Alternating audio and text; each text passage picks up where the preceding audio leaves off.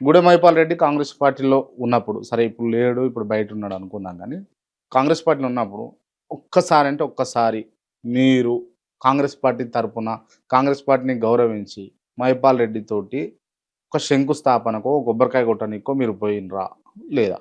ఎందుకు పోలేదు అసలు? మైపాల్ రెడ్డి వచ్చే విషయం నాకు తెలియదు, మైపాల్ రెడ్డి పోయిన విషయం నాకు తెలియదు. మైపాల్ రెడ్డితో నాకు సంబంధం లేదు. నాది కాంగ్రెస్ పార్టీని నికాసమైనటువంటి 20 సంవత్సరాలతో నిటారే నిలబడి కొట్లాడుతున్నటువంటి కాంగ్రెస్ పార్టీ కార్యకర్త కాటా శ్రీనివాస్ గౌడ్. ఆయన వచ్చింది తెలియదు, ఆయన పోయింది తెలియదు, ఆయన కాంగ్రెస్ పార్టీ ఉన్నది తెలియదు, ఏ పార్టీ కూడా తెలియదు నాకు.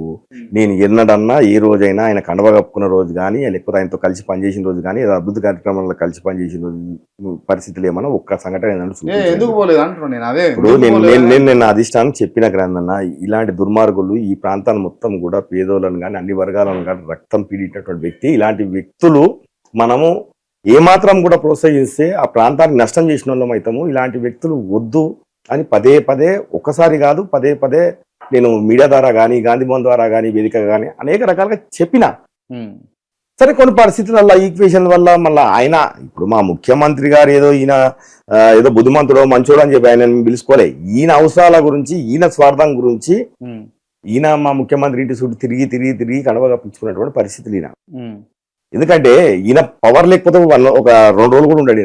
ఈయన పవర్ లేకపోతే కాదు ఈయనతో. ఇప్పుడు లేడు, బీఆర్ఎస్ లో ఉన్నాడు మళ్ళీ. ఇప్పుడు ఉన్న వెనుపోటు ఓడిచిపోయింది కానీ మన ఎలక్షన్స్ మీకేనా కాంగ్రెస్ పార్టీకి ఇప్పుడు వాళ్ళు నమ్మిరు కదా. ఇప్పుడు కాంగ్రెస్ పార్టీలో వచ్చినా అని చెప్పి తిరిగి వచ్చిండు.